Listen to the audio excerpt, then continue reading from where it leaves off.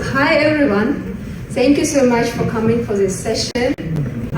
It's absolutely wonderful to have you here. We have a second edition of our digital visibility. Last year it was PDW, this year this is Symposium, and this year we decided to talk about the relationship between digital visibility and artificial intelligence, because these two phenomena have a lot of things in common, and there is this kind of common perception that AI would increase visibility, because performance becomes traceable, trust becomes verified, hiring becomes data-driven, but at the same time there is a lot of black boxing, there is a lot of unknown stuff, unknown relationship, and we really want to theorize it.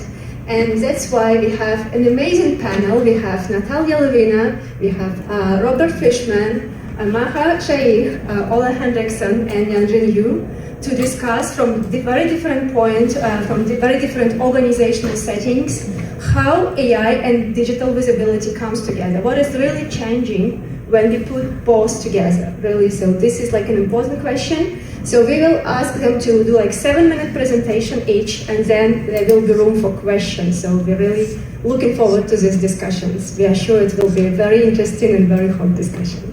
So the first, I really invite Natalia Levina to come and to do the first. Sorry, I was the last speaker in the last panel. The first speaker in this panel, so I need to switch my cognitive frames. It's my first time engaging with this group, which is nice. Thanks, Alona, for inviting me. What I decided to do, I guess, is I've looked back at several papers that my colleagues and wonderful students and collaborators have written over the last 5 years or so to see how does the digital visibility appear in the different settings that we have studied. And so I'm going to start actually with the latest paper where we not only on epistemic stances that we just published in Strategic Organization Journal, and what we highlight in this paper, it's a theory paper, so we review literature in the field, not just ours, but including in medicine, in HR and other areas, to show the different new types of epistemic and ontological opacity that appear. So the notion of visibility, right, is what becomes visible, something also becomes not visible. And if you drawing, thinking about the kind of stuff that becomes visible and predictive. Sorry, I have to do a disclaimer. My whole presentation until the last slide is on predictive AI. So this is very different, right, if we talked about a generative. So for the predictive AI, and predictive data science, digital traces, standardized categories, comparative outputs, predictive correlations, and individual scores become visible. And things like unrecorded activity, as we all know, informalities, contextual ambiguities, causal understandings, in particular, right, that's a whole stance, become less visible or invisible at all. And while here I kind of say the know-how, it's really more than the know-how. It's a whole bunch of layered, contextual, situated knowledge that becomes invisible. And we provide a theoretical framework for thinking about specifically epistemic risks involved in AI.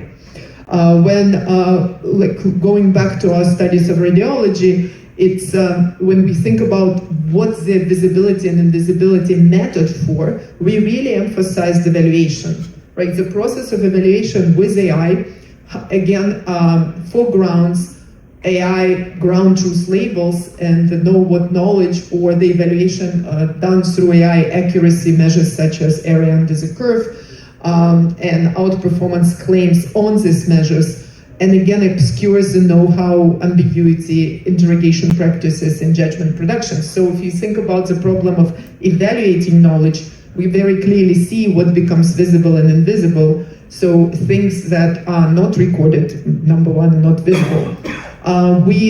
This is not a paper on AI, if you've seen it, but in fact, Alona highlighted this paper as the most relevant, and I agree with her to the current debate on visibility, because what we do in this paper on COVID 19 contact tracing, comparing the context of South Korea and Singapore, we use the symbolic and social boundary theory to show how particular things get recorded in the, or rather designed into the system, right? When you think about contact tracing, the categories of who is exposed, not exposed, what counts as exposure, who should be quarantined, where people are with a location, who is risky and who is safe, as a symbolic categories that we argue may or may not become enacted social categories when you use the system or ignore it, right? People bought second mobile phones and left the whole contact tracing system at their hotels and went around town, right?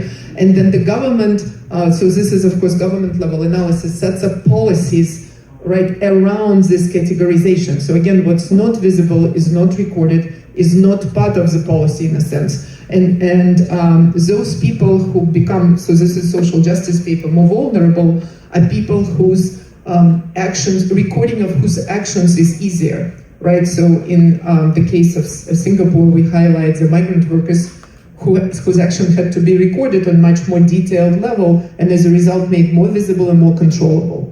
So our latest paper on AI and HR, again, predictive AI, you could think, by the way, this paper is a rule-based system, right? Like who gets to go out and who doesn't in COVID. So it's still AI in the old terminology, not in the new terminology.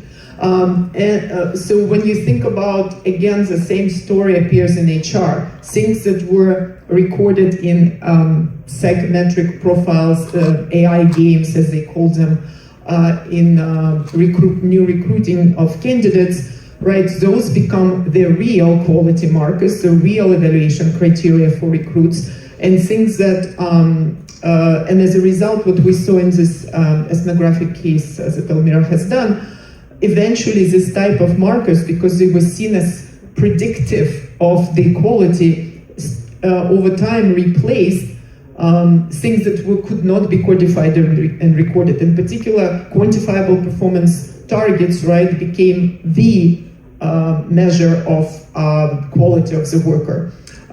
The evaluation put after the interviews into the recruiting system became the objective evaluation, whereas the discussions of what we can do to compensate for people's shortcomings, the mentoring, all that, anything that's not measurable in recording, of course, became slowly less and less visible. And that is as I'm doing well on time, that's next to my last slide. So while most of my current work, prior work, we actually tried to theorize visibility through notions such as symbolic and social boundaries, epistemic and ontological opacity, and codification. Those are the three key concepts I think my work uses. And sorry, know what and know how, where is Sarah? Sorry, I forgot. While those notions help really a lot in theorizing, I think, predictive AI visibility and invisibility. When we come to generative AI, which we haven't done the theorizing for, right? We just, at least me and my colleagues, but we do see some important empirical things happening. So this is our paper on Harvard Business Review, a very empirical paper, just showing what happens with generative AI. And what we have observed here is that when people ask generative AI, and this is across 8 frontier models, for strategic advice, the advice that the model is giving is extremely skewed. So for example, what you see here, right, is every single frontier model is in the same dot. That's why you see the orange dot, like you can differentiate. And that is no matter what the context of the case. For example, if you give it the context of a brick making company in China, it would still recommend differentiation over commoditization. So what this highlights, and yet even in the academic literature, but certainly in everyday practice, people are increasingly using these models for strategic advice. So what is clearly obscured is the bias, like the skewing that we discover here, unless, and this is just one example, one construction on dimensions that, our research team, my colleagues like to call it grounded theorized, but really brainstormed as relevant dimensions, and we could judge. But imagine on how many dimensions that matter in our everyday decisions, this type of skewing is happening, and we it's completely obscure from the use. So this is a new type of epistemic capacity that is in some ways even more dangerous. So I think going forward we need to think about what's visible, what's invisible, and how to govern it responsibly. Thank you.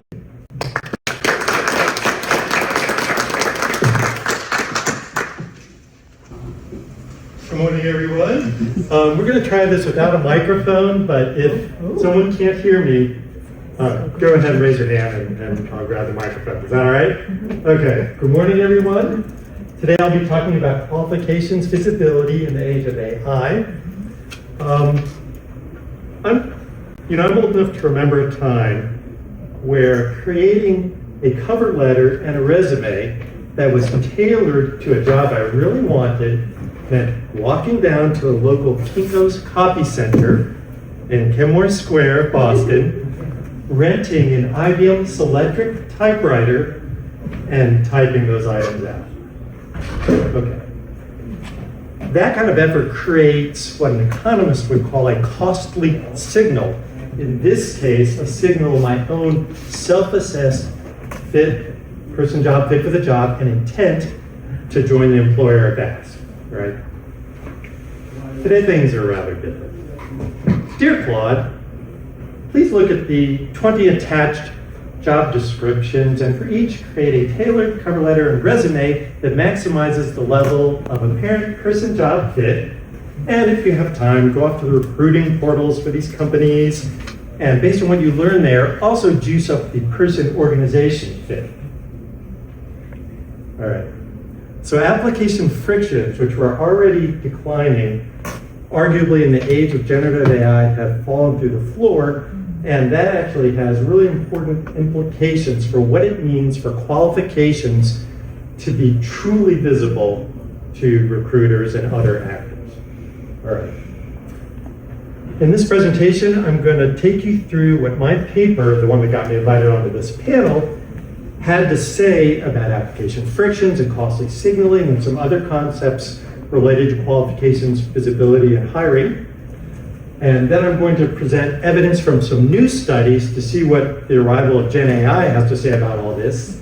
And then I'll close with some ideas on where we go from here. But before we get to that, I want to set the stage with some data from industry reports on what's going on with hiring today, right? So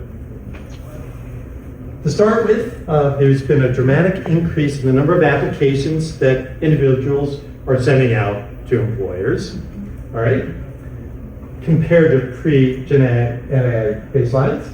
And so not surprisingly, there's also a major increase in the number of applications that recruiters have to go through. According to this study, a fourfold increase since 2022, and median applications per role are up to 244, all right. So I'm sure the average recruiter is giving loving attention to each and every one of those 244 applications, right? Probably not. Now, all 244 are visible in principle, but in practice, they're effectively invisible, at least to human eyes, and that's because the great majority of large companies today are using algorithms to screen candidates, which is not necessarily a bad thing, except job seekers report a decrease in trust in the last few years, with a large fraction of them attributing it directly to AI. Okay, if you can't trust that you'll be fairly seen by an employer, if you play fair, are you more likely to maybe play unfair, right? There's some data on that. As you might expect, if you have any students, Gen AI job seekers are now using AI to help tailor their resumes. They're using it during interviews to get coaching in real time. And so this leads to collectively what I will call, I'm going to put on a consultant hat here for a minute, even though I'm not a consultant, the AI doom loop, in which lowered frictions lead to a lot of crowding in terms of applications, which require employers to resort to algorithmic screening, which decreases trust. And so candidates feel compelled to apply everywhere. And with the assistance of Gen AI, they're now able to do that, which lowers frictions even more. And then we go around and around. All right. So the takeaway from this is that I think we've really raised the stakes on trying to understand what's going on with qualifications, visibility, and hiring. And to do that, I'm going to take you through some relevant concepts from my paper, which is up here. If you have really good eyesight, you'll be able to see what that is. You can just Google me and you'll find it. All right. My paper focuses on some paradoxical tensions where some mechanism increases visibility in one way but decreases it in another. I'll get to those in a minute, but first, some preliminaries. My theoretical anchors are visibility, costly signaling, and strategic self-presentation. I expect a lot of you are already familiar with the first and the third one, so I'll say a few words about costly signaling, which comes from our positivist friends over in economics. A costly signal works like this. Signals arise in situations of asymmetric information. A signal is an indicator of an entity's unobservable characteristics, usually quality or intent that is freely given and is credible because only an entity that had the underlying characteristic would also possess the signal, all right? And that's because it's too costly for those who don't possess the characteristic to acquire the signal. So going back to my Kinko's anecdote, because I put in that much effort, an employer could trust that I really wanted the job and I thought I had a decent chance of getting it, because only someone who thought those things would put in that kind of effort, right? So that's how costly signaling works. All right, now let's look at some key concepts from my model. We have labor matching technologies. These are examples, LinkedIn, Indeed, all these platforms that help match up candidates to jobs. And what they do is connect recruiters and job seekers on a field of visibility, all right? And then I define qualification visibility formally as the ease with which salient actors are able to discover, access, and interpret a person's qualifications for particular jobs and tasks. All right. I have 4 visibility dimensions that connect. Labor matching technologies shape these visibility dimensions, all right? A person's qualifications are detectable when representations of those qualifications, CVs, cover letters, etc., appear on a field of visibility which is created by these labor matching technologies that is also viewable by a salient actor, right? They are noticeable when they draw the attention of those actors. They are accessible when those actors can drill down for further details about the candidate. And they're interpretable when those details allow you to make valid inferences about their actual qualifications, right? And then I talk about 3 paradoxical tensions. Crowding on a field of visibility, a lot more people are detectable, but each one is less noticeable. Low application frictions allow people to apply everywhere, so more detectable, but because they eliminate the costly signal of self-assessed fit and intent, their qualifications are less interpretable. You can't make as a valid inference about those things. And then our third one is discretion for strategic self-presentation. The extent to which you can shape your qualifications however you feel fit, that can get you to be more noticeable, and I think it really does, but then everyone becomes less interpretable when employers know that people have this discretion, right? Okay, that's I think what you need to know about this. Now let's look at some new work on what Gen AI is doing to this that confirms some things, but also adds nuance to others. All right. Here's a study on freelancer.com where they gave job seekers an AI bid writer that essentially allowed them to make it really easy to increase the level of alignment between their cover letters and the job description, right? That should be a good thing, right? And in fact, people that had high alignment were more likely to get callbacks, which is what we should expect. It increased noticeability. But in the same study, on the employer side, the correlation between this signal of high fit and their willingness to actually call someone went down because they collectively decided this signal is no longer reliable. All right. Good for the individual, bad for the employer, right? Interpretability went down. Okay. Here's another study that had the same basic result. Now let's look at a couple quick nuances. In a field experiment on OLM where people were giving non-Gen AI writing the systems fixed typos, fixed grammar, that also led to increased hires and wages, consistent with this noticeability argument. But it didn't seem to hurt interpretability because here we're not artificially inflating person-job fit. We're just sort of clarifying the signal, right? So that's a nuance I think is interesting. One last nuance, in a controlled experiment, subjects' use of ChatGPT to write startup pitches reduced screening accuracy, which is what we should predict from the interpretability argument, except for non-native speakers, because for them, they're also sort of bringing them up to the proficiency of native English speakers, which is actually a good thing for interpretability. All right. So now what I'm going to do is tell you what we can conclude from all this. On balance, what's happening is Gen AI is degrading the interpretability dimension in two ways: by degrading the credible signals of self-attest fit and intent, and by making it harder to discern the true level of person-job fit from representations of qualifications. The result's the same, the mechanisms are very different, so the solutions are different. Now I'm to my very last slide, which I'm sure is making my panelists and organizers very happy. Oh no, that takes so long to go over this. We're not going to go over this. I'm going to point out one thing. You can take a screen grab, you can email me and I'll send you the slides. I just want to point out one really cool thing quickly. Greenhouse, one of the leading ATS companies, to fix this issue about how do we reintroduce costly signals, allows candidates to pick one job per month that is their dream job. And they're tagged as such in the eyes of employers. That's a costly signal. The cost is an opportunity cost. So that's pretty cool.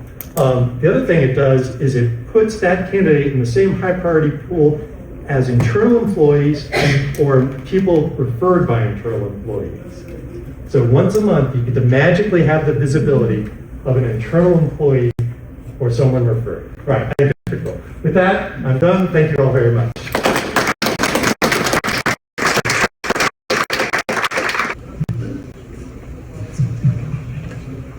Yeah, so following on some of these acts is really scary, and then the people who are following me are even more. No, that's the wrong way to put this. Sorry.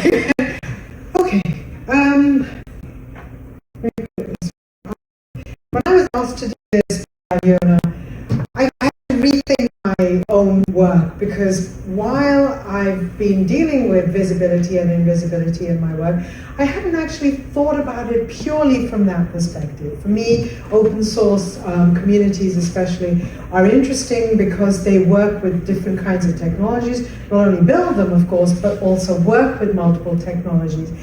And I hadn't thought about the fact that visibility or invisibility was necessarily a question that we needed to think as something good or bad, which is not, I know, the intention here, but I hadn't actually theorized it completely. Now, thinking about what the work that I've done, what I'm going to present today, which is about digital folds, which is a prior study of mine, this one is not on AI, so I must be absolutely clear. I will hopefully show you some implications for AI at the very end, but my study itself is not on AI, but it is on people who choose to write AI code, work with it, and are choosing very definitively in the particular community that I'm working on to not use AI for actually their tools, that they're even when writing code. So, who gets seen when algorithms fall? This is sort of, I suppose, the way that I'm studying this. I'm actually only going to focus on one study, even though across two papers I could see invisibility and visibility, but we've given an 8-minute limit here, so I'm not as efficient as some of the other speakers. So it's open source development. I have access to a number of their different developer mailing lists, discussion boards.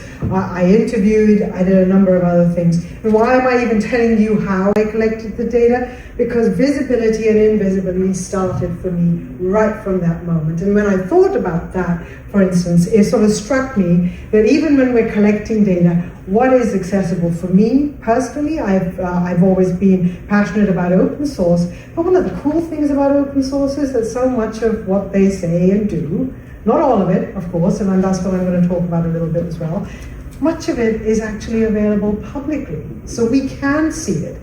Everyone can see it, including the community that's working on it. So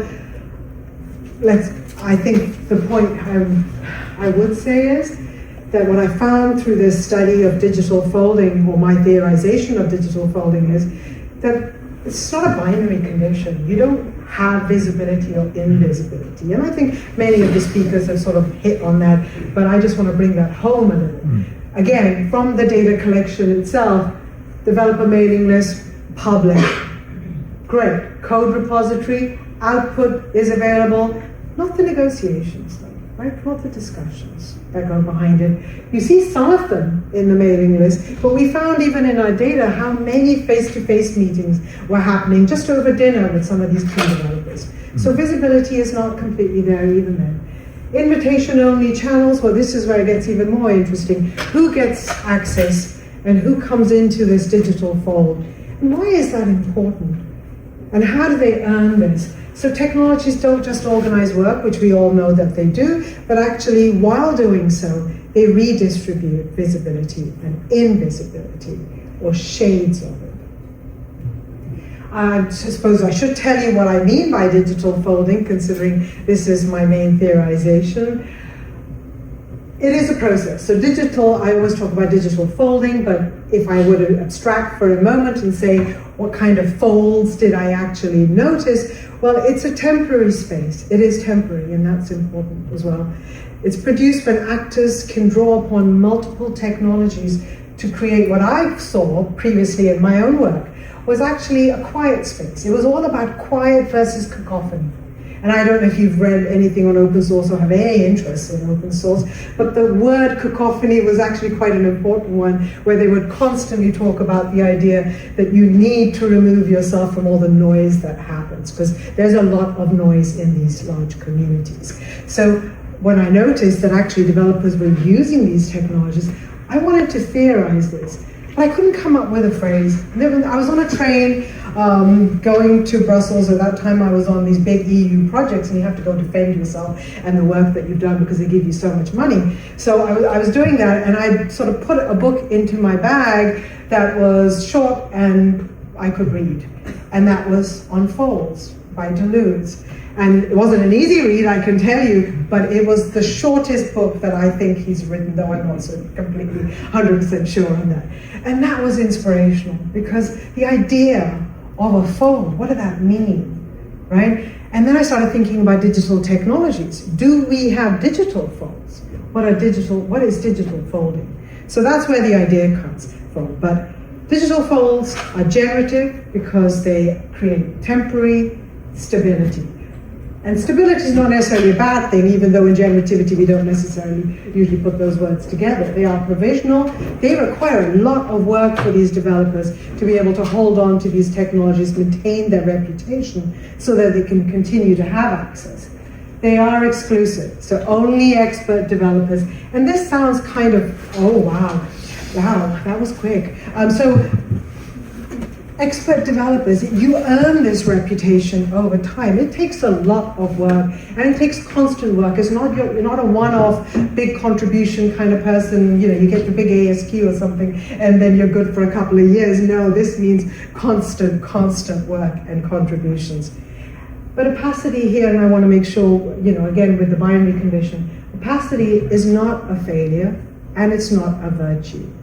Just like technologies are, you know, not neutral machines, they have politics within them, neither is opacity.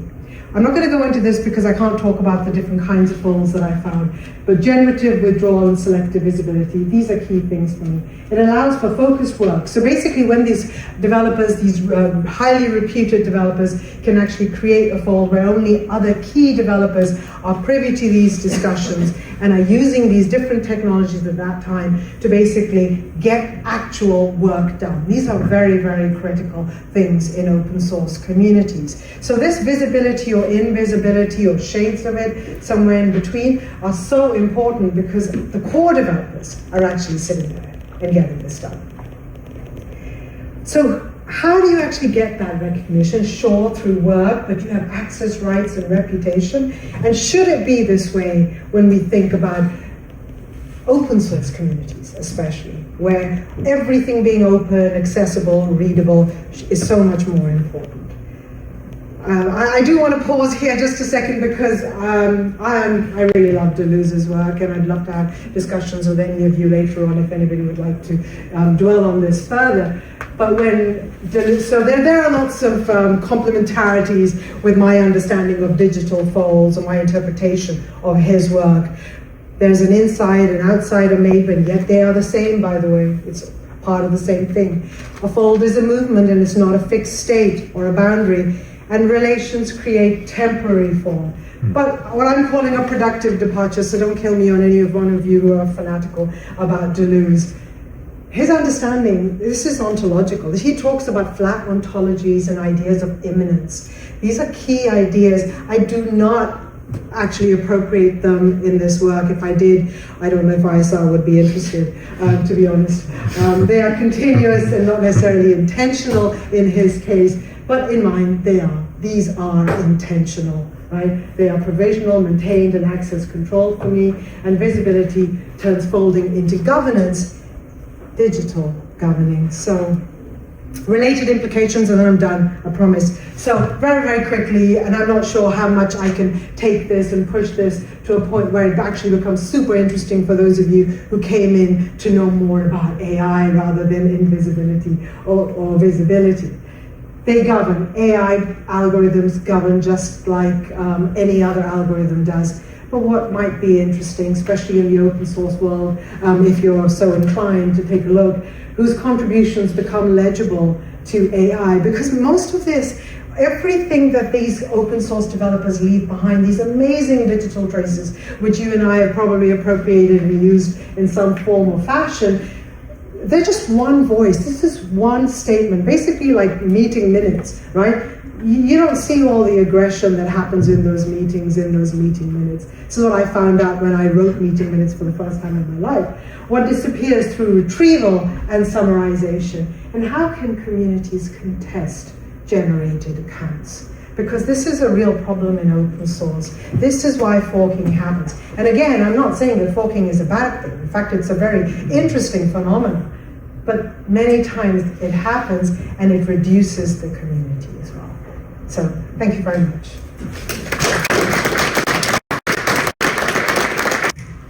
So yesterday evening, I was invited to LSE's reception. I was invited by a friend, John Jim. But you know how it is at conferences. You have things to prepare, you know, a meeting that drags out, and so on and so forth. So I was thinking LSE's receptions, and many receptions are totally crowded. So probably I will be totally invisible. You know? No one will see that I'm not there. And actually, you know, John Jim, before this, he confronted me. You weren't at the LSE reception. And I said, I thought I would be able to sneak out, but you wouldn't see me, there's so many people there. Oh, that's true, you did. But you know, they had a ticketing system, so you had to sign up. And even those who signed up, you had a trace, I was there. But if you weren't there, you were either sneaking in or you weren't there. And he knows me through repeated interaction. Which really means that he knows I wouldn't sneak in without conform. All right, so what I'm going to speak about is actually, we took away my Miami first slide, but that's good. So what I'm going to talk about relates actually to blockchain technology, so I'm an outlier here. But it's really because AI and blockchain would very soon have an interaction, you know, and be at the intersection of this. And it relates to the fact that I'm thinking that at the point we will have AI agents that will do things for us, it is very natural to think that they will also have a wallet. Because if they wouldn't have a wallet, they wouldn't be able to do any payments in a sense. Because if you think about it, SWIFT and other payment rails are not really done for these kind of interactions. That also means that we need to understand what the difference is between blockchain and AI and what that means in terms of transparency and visibility. And that's what we're trying to do. So I want to take us back to reciprocity though, because at the end of the day, reciprocity is like a proxy for visibility in a sense. So I trust, so if you think about it, the reason why I wouldn't need to really, in order to collaborate with Maha, for instance, I wouldn't need to make her data traces visible because we already have repeated interaction. And so that's really what's called direct reciprocity. I've seen the history myself, I've experienced it, so I know that I trust to work with her. Indirect reciprocity is really about the fact that Maha tells me that she has a new colleague who's also really, really good. We should really work together. And I trust her, you know, because so in a sense, it becomes kind of a substitute or a proxy for actually having full visibility. So in a sense, trust will always be, you know, a replacement of making things visible. So how does blockchain and perhaps smart contracts can you know, how's this fitting the story? Well, if you think about what a smart contract is, a smart contract are rules in code that execute themselves when certain conditions are fulfilled. So when certain conditions in the world are fulfilled, it has algorithmic enforcement capability to make this happen. That's very powerful because it kind of, it changes, it relocates, you know, the visibility from the object of the system to the enforcer. So it means that if I'm a farmer in potato land, Idaho, and I'm making an agreement with an insurance company about, you know, if my harvest is destroyed, you know, I should have paid out my insurance. The problem with that is the farmer, even though a big farmer, is pretty small compared to the insurance company. So there need to be some negotiation, you know, about whether, you know, whether you have the right to the claim or not when the harvest is destroyed. What a smart contract does is that the farmer doesn't need to trust the insurance company, but it can actually trust instead the enforcement mechanism that would be the smart contract that is fed with weather data, for instance, to what extent, if it rains, if you have flash flooding 3 days in a row, then you pay insurance claim, for instance. So that's an example here. So let me develop that further. This builds partly on a paper we have in AMR, where we say that actually we relate to Axelrod and his theory about cooperation. And we're saying that, well, in Axelrod, this with reciprocity is super important. That means also that it becomes very difficult to cooperate among strangers, because strangers are not visible. You know, they are unknown in a sense. So you're not willing to transact. And of course, this model has a number of moderators where contract complexity is one, where let's say you have incomplete contracts would be one occasion. The more complex a contract is, the more difficult it is to have programmed reciprocity, and so on and so forth. I think I'll leave this picture. So, yeah. So I want to say this is possible because the enforcer is visible. It's deterministic, it's not probabilistic like in AI. And that's very important because we need both. You cannot, if you think about your medical record, if you think about truth, if you think about things that needs to be stable in the world, they need to be immutable. They need to be immutable in the sense that you need to have stability. When you start to use payments, and your agent is making payments, you want those transactions to be not fluid, or you don't want them to learn about them, you want to have them recorded, and they should be open. They're deterministic, and there is a disinterest here. It's agnostic. It doesn't have a stake in that sense. So that's important. So what's funny here then, and that's what I wanted to say, I mean, since I've studied DAOs, DAOs is probably the most transparent, organizations you can find in a sense. You have true governance. Well, it's not on this slide, but I'm just telling you. And the fact that you have governance directly through those who actually have skin in the game, token holders, without the board, without the corporate, leadership, and so on and so forth. But what's interesting here is that what makes it kind of moves the visibility from those who actually enforce the rules, meaning actually that you start to trust the code. There is actually no need to trust that something will be executed if certain conditions are fulfilled. That helps a lot for small players. So to the extent I would say that AI is something that probably will benefit the magnificent 7 or 8, perhaps maybe with SpaceX, I don't know. I would say that with blockchain it goes the other way around in a sense. That's also why we need a marriage, between the two. I think that's all. Thank you.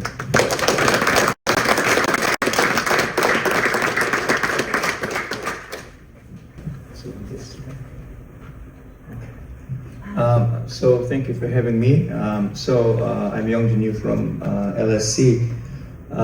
So I will talk about divisibility and invisibility in the context of increasingly powerful generative and agentic AI context.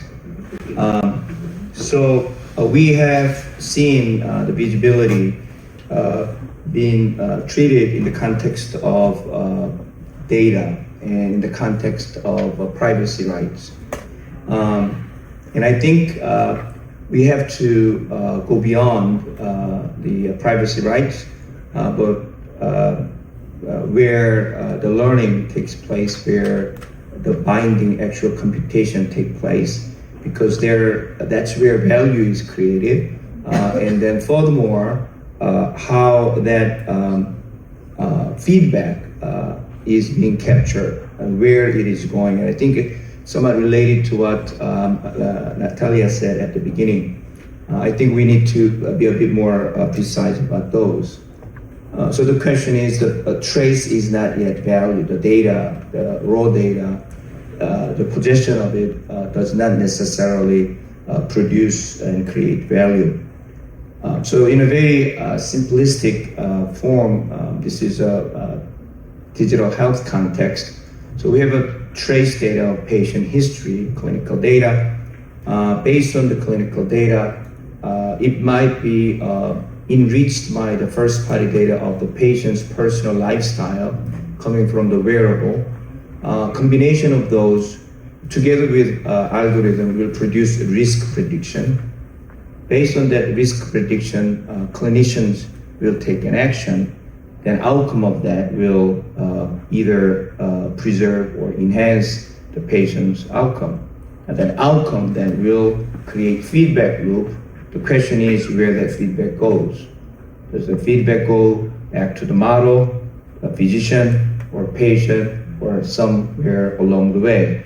I think this is incredibly important question. that we must ask.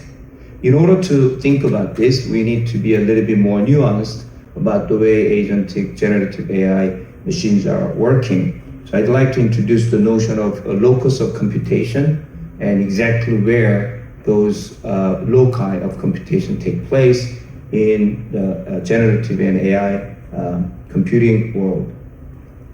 So the first the moment of computation takes place in the basic training moment. This is very unlike any other computational run in the sense it's a one-time run which is expensive and it's highly industrial. The input is a publicly available data set. They are not excludable, requires very expensive, excludable hardware assets and human capital that produces large set of parameters that are non-rivalrous, which means they can be repeatedly used to create value. And however, it has extremely high fixed cost and very expensive variable cost. And then it runs only once every 6 months or 18 months, the time is shrinking. Then there is an inference time, which is when these parameters are shipped on different cloud infrastructure. The infrastructure is less excludable. They are more commodity, but still very highly specialized. Still requires very large investment. It does not require that level of excludable human capital. It produces non-rivalrous tokens, but it takes specific data set that is necessary at that particular moment. So again, we have to be very clear about, depending on the locus of computation, the type of data that goes in and the nature of the data and the nature of visibility is quite different. Then who gets to see the output tokens? Who gets to see the control that output? I think it's extremely important. And then where does that feedback go? The last part is a servicing runtime. This is where what users end up actually seeing. So ChatGPT is an application. So it sits on top of inferencing with a set of particular algorithmic execution, often highly deterministic, very much heavily engineered to meet the needs of that particular application purpose. So we are going to see increasingly, we are already seeing a large number of workflow automations or regular applications are sitting on top of this semantic substrate that I mentioned, those two earlier ones. This is a very conventional digital innovation. So the data center, the hardware is extremely commoditized. The human resource to build this is not that special. The variable cost is relatively low. The fixed cost is quite low. This is exactly what I have and with Ola studied and published on layer module architecture, and much of IS work is built on. So we have to be extremely careful about theorizing what we're talking about when it comes to Gen AI, because this is a tip of an iceberg. And the other two layers is not something that I believe existing theories in IS can readily handle because they are quite different. So the question that we have to ask is that where the feedback goes, and there are different elements of inputs and outputs that needs to be understood with precision and architectural design level. So for those of us who are doing design science work, this is where rubber meets the road, if you will. You could control, design the system in a way that would direct the visibility in particular actors or particular moments. So the question that we should ask ourselves is that what is the role of social science in studying this type of highly technical and engineering-driven phenomena that will have a huge social and economic consequences? My point is that much of our IS research, particularly social IS research, has taken technology architecture or technical material aspect of technology as a given, and then we tend to criticize or reveal underlying social arrangement and hidden layers of social contract that is unilaterally written by technology developers. And they serve very important roles in understanding the consequences of social technology. However, in this day and age, with all these different design choices that this very complex architectural arrangement allows us to do, simply focusing on one particular arrangement that we see as a dominant form creates unintended reification of that particular architecture as if it is the only inevitable technology arrangement. And I'd like to argue that no technology is inevitable, and the job that we have is no longer simply criticizing existing technology architecture as they are, but it is important, but we have to go beyond. We have to think about what is the new social contract that will produce desirable outcome when they are actually in action, then work with engineers to implement that new type of social contract in the form of a material embodied technology that is in place and deployed, so that we can verify the outcome of the technology deployment will actually produce the desirable outcome. The technology has such an important consequential outcome that we have. It is no longer enough for us to simply sit out and passively observe the technology after it is designed and deployed, and then play the role of historian of recent history. We actually need to be on the field together with the engineers and technologists to redesign the technology as they are being built. So that's what I'd like to say. Thank you.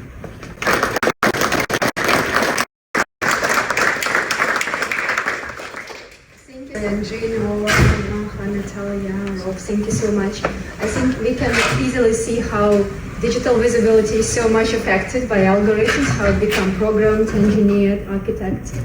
And I'm just looking for like a slide, because now we have a discussion, and there is a great possibility to questions, for us to discuss how really AI is changing, who is participating in visibility, who can be visible, invisible, how actually the engineering part is shaped. And I invite the panel to come here and be ready to answer your questions. We are now moving to the questions part. I will kick off with one question, then we open the questions to the audience. We also have an announcement to make at the end of the session. We should not forget about that. So part of the reason why we were doing that symposium is that we see or we read in all kinds of journals and books that the situation of that increased visibility leads to all kinds of changes. From a practical point of view, of course, we see there are many software companies emerging that use trace data for all kinds of questions and contexts. But theoretically speaking, there are also arguments that we should fully embrace the situation of this increased visibility. In their paper on behavioral visibility, written by Leonardi and Tree and published in Org Studies in 2020, the authors, for example, argue that the situation where there's that increased visibility leads, and I quote, to a paradigm shift in the way we think about organizing and management. So my first question to you, would you subscribe to that? Would you say that this visibility is forcing us to rethink our whole theoretical repertoire and to question all kinds of assumptions that we had about organizations? Or do you think it's more about refining and revising what we do?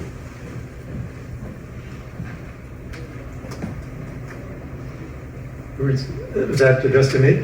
Yeah, I think Yes. so. Or Devlin? Okay. Yeah, it's also wrong. To you.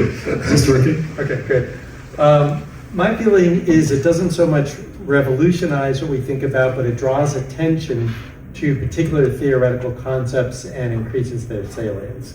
So I think that was evident in my own presentation. We have this sense that it's important when qualifications become visible in new ways and new audiences. That's new, that level of visibility, but the theoretical mechanisms we look at, I think a lot of them already exist, and it just draws our salience to those. So I talked about what some of those were, I talked about costly signaling, I talked about strategic self-representation. So my perspective is it's not a radical theoretical change, except in this sense of drawing attention to some theories and theoretical concepts and maybe drawing it away from others. Yes, from one side I generally agree with Rob, but I think part of what's been happening in the organizational and information system studies of technology is incorporation of social materiality or social dash materiality, or the set of theories that help us better understand materiality. I would say that prominence of digital phenomena broadly in organization is pushing us to create new theories of how we conceive of materiality. Now that is additional layer rather than instead of organizing theories of organizations. That's kind of meant. I always think of theorizing in a way that we often draw upon these larger theories that are already out there, these are what I would call meta theories almost, as you just mentioned, sociomateriality or structuration or any other. And as you can see, I went back to some big ideas as well in my own work. But there's a lot to be said for phenomena-driven theorizing as well. And I think when we do have phenomena that are what we might see as alternative, I'm not saying they always are, because we tend to scream novelty in everything that we see. But if you do find something novel and even something old, it is often the more interesting part, and then perhaps we need to focus on that phenomena itself and see what can it tell us so that we can build meso-level theories. So I think there's a lot to be said for these lovely theories, and we constantly draw upon them, if not the entire theory, but definitely concepts-wise. But I do enjoy phenomena-driven theorizing, and I think there's a lot to be said for it.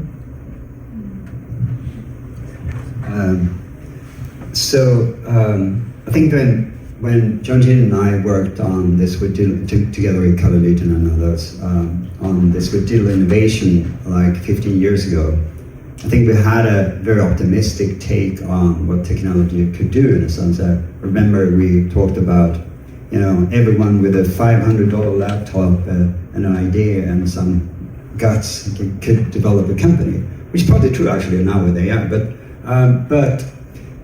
with that came also what we didn't see perhaps then was a large concentration, a dislocation between the knowledge creation that we all do, all of us, by contributing, online and so on and so forth, and value capture, where it seems like network effects and data network effects, building on trace data, by the way, creates a huge concentration of value capture.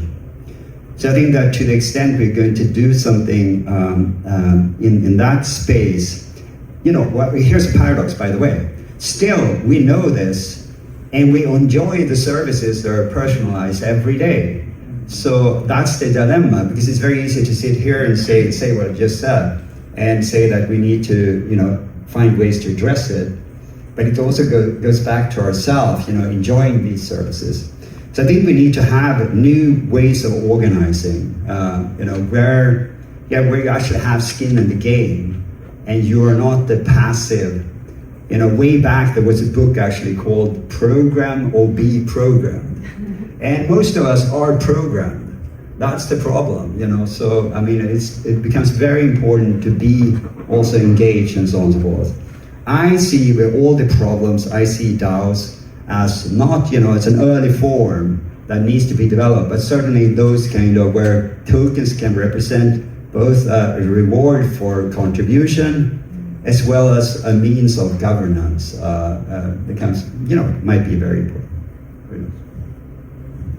I think visibility may not be the primary variable that changes organizing, but it may be influencing other fundamental variables that are crucial in shaping the nature of organizing or the nature of firms that may be in a it may have a surprising effect.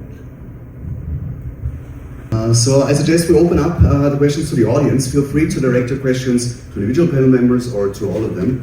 And we just pass around the microphone.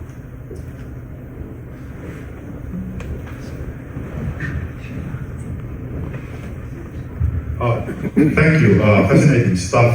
And but I can't help but because sometimes since I read the Leonard's paper, and there was very important other side of it that I didn't actually hear. But basically, I think the idea of Leonard's the visibility discussion was that, or one important part of it was that you get probably more visibility, but less transparency.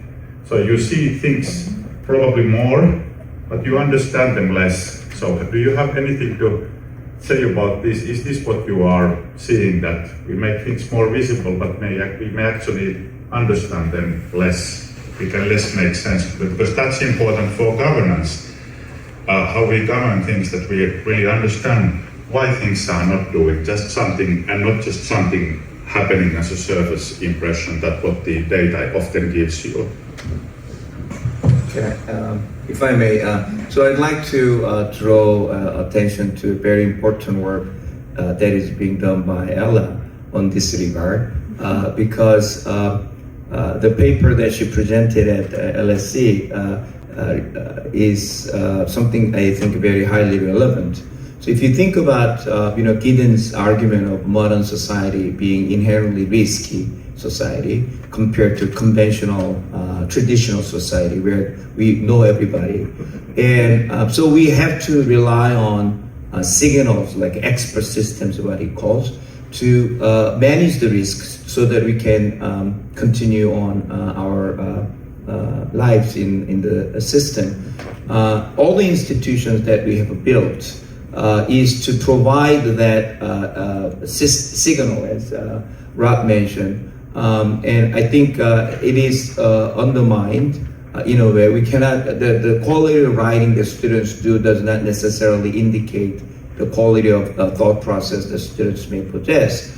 So how can we, and then the degree from university used to certify that we take that risk away from you when you hire this person, and increasingly it is not the case.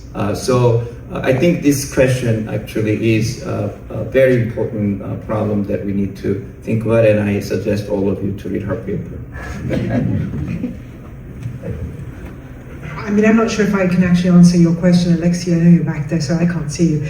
But I mean, I was trying to think about it in a way, at least again from my own phenomena, which is open source. I mean, I don't think anywhere in what we've all understood, all of us, there are many of us in this room, Aaron and many others, who do stuff on open source, and there's Carlos over there as well. It's, if you think about open source, there are many things that are completely visible, and I think the whole idea is that how much of something is useful and good, and that includes the license, it includes everything. So just because things seem transparent didn't mean that everything was actually visible. And in fact, most work can't be done in that way because it's not necessarily effective. So whether we put it into an AI setting, I do feel that actually complete transparency, which would mean complete access, complete openness, and a number of other very close words, it's not always useful.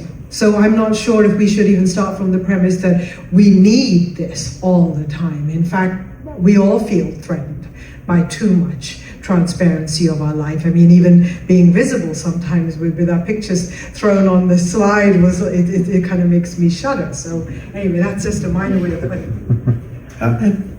Sorry. Two comments. One is, we keep talking about the concept of visibility or its reverse opacity without talking about practice. Like, what the visibility has to be in certain practice, transparency in certain practice, and opacity in certain practice. And like, I was thinking, like, what we are confusing seems to be what's recorded versus what's visible. A lot of stuff is recorded, right? And there is economics of recording that Yunjin just talked about.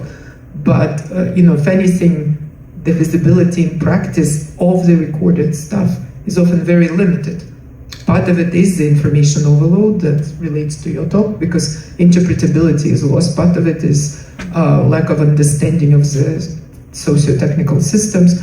So I think, I would call our group back to saying for which practice. Otherwise, we're like too many words without much meaning.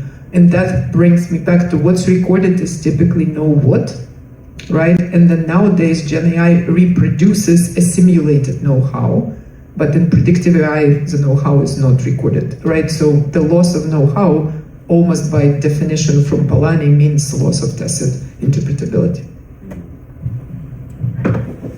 I just wanted to comment shortly about the risk of loss of shared experiences, in a sense, because, of course, what's ongoing now in personalization is not only search-based, as we know in marketing. It's going much more toward, I'm not from marketing, but it's going in AI direction. And of course, when we will have the ultimate personalization with our own worlds, in a sense, the kind of common basis for interaction, communication in society, the social fabric of life is basically threatened. So I would see that as a gut reaction to what you're saying. And, I think that's something to think about. Thank you very much for a very insightful symposium. This conversation takes me to one of the biggest problems that we are facing in the digital age, which is, I rank as number one, is data ownership. So we talk about visibility and invisibility, but who owns the produced data is, I think, the first question that we need to ask before asking who can access and who cannot. So what are your thoughts? I understand that blockchain as an architecture will be able to solve that, but given the analogy with TCP/IP as a protocol, it will take a while. So I would like to hear from the panel on that. Maybe I'll start with that one. You're absolutely right that this is a critical issue, who controls the data. Something I didn't have time to get into in my paper. When I talk about these labor matching technologies, they vary dramatically in the locus of control over qualifications data. Whether a person has a presence on the platform, whether they decide or someone else decides what data is stored there, and then who can see it. And that's really important. You might say, oh, well, we of course want individuals to have more control. That's what we all should seek for. But there, as you know from my presentation, that can lead to some unintended consequences for interpretability. So that is a really difficult issue. There are solutions out there that can satisfy both angles. There are credential networks, and if they agree to abide by the self-sovereign model, what that does is create the credible signals of what you say you've done on the platform while preserving your own dignity and autonomy for what information actually appears on the platform. So I think there are potential technical solutions that can allow more control to the individual while still preserving interpretability for other actors. Same thing. So we did a project, a design science project, implementing that protocol end to end. So when you give data ownership to the user, I think the key here is that ownership without ability to create value is nothing. So owning data without the ability to run on the model, on the data with the model, with particular appropriate hardware is the challenge. So the question is, how do you allocate the ownership data control right in order to create a value? And then how do you appropriate the value or distribute the value that is created appropriately? I think that's the problem we currently have. So this type of range of complex technology can address the solution. So so never the ownership alone is the solution. But I think what is more important is not ownership per se, but residual control rights. What is not specified in the contract, what can you do with the data or the property, I think is what matters, why the ownership matters. And the owner needs to be given the ability and incentive to create value, necessary co-investment to create the value. So I think this unilateral focus on data ownership ends up creating unintended consequences in the society. Yeah, I just want to endorse that. It's a very good point. And I think, bringing that to home, Europe, which is kind of home for me. Unfortunately, in Europe, with GDPR, it's very focused on data sovereignty, but not data self-sovereignty. So the value dimension isn't there at all. Because at the end of the day, you have valuable health data, for instance, that you want to control, but you can also benefit from, if someone want to do federated learning or something, you keep the data, but still, society can learn from it. It's very important to find ways to combine that. And, Comment in general. I feel that we forget that almost any of these things will, especially around blockchain, will have tensions. We seem to be falling into some sort of constant wave of, techno-idealism, right? I'm just thinking to what both of you said, in a sense.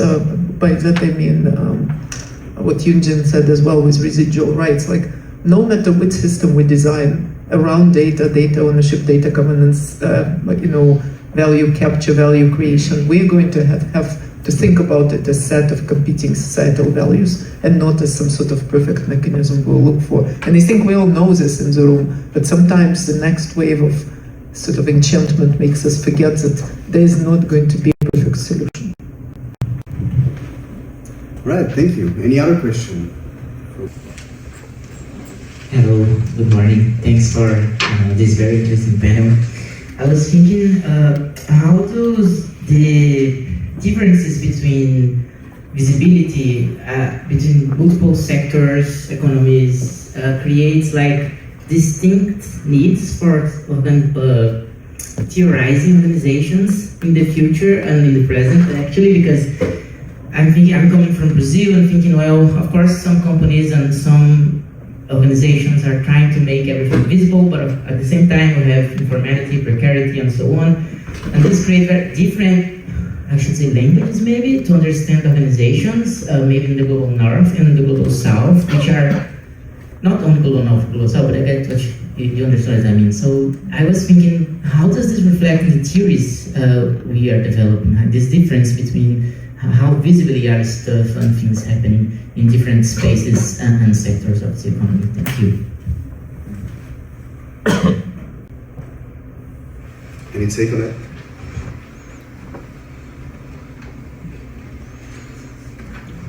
I will take a shot at it.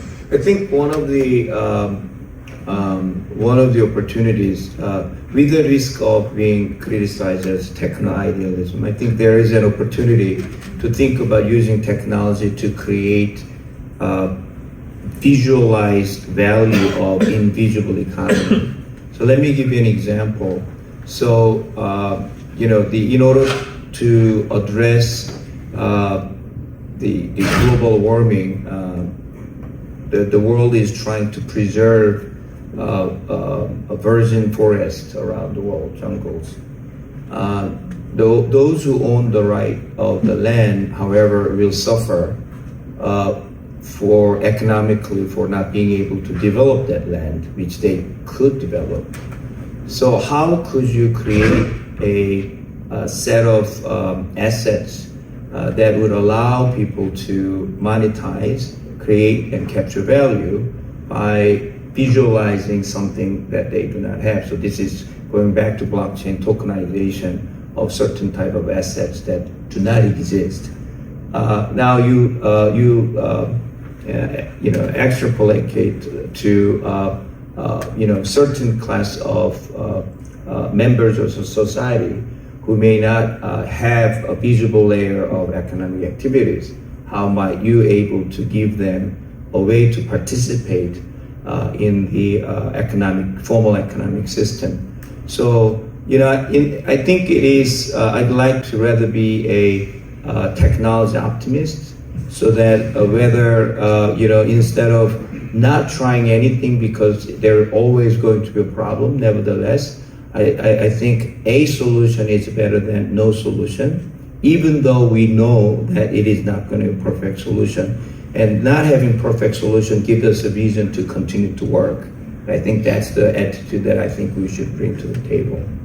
They respond with my critique of techno ideas. I think around issues of visibility in particular, we have classic work by Boca and Starr, and Boca, which many of us here love. Boca and Starr very clearly discuss, and I think in a brilliant way, the trade-offs.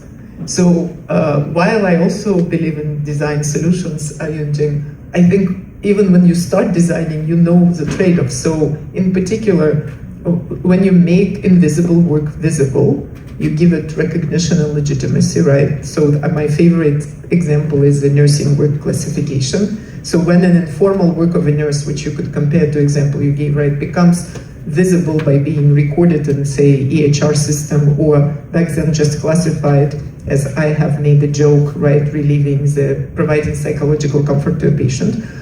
That's upside, it becomes visible. The downside, it becomes comparable and controllable. And this basic trade-off described by Boca and Starr, my only suggestion, I'm all for design solutions, but we should design, at least thinking of the trade-offs.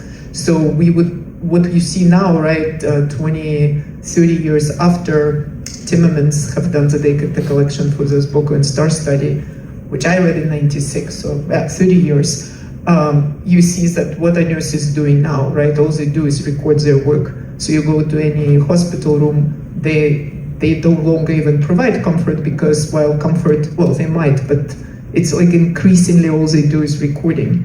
So that did make their work visible. Their salaries increased probably over time, but lots of other effects predictable by visibility happen too. You want to come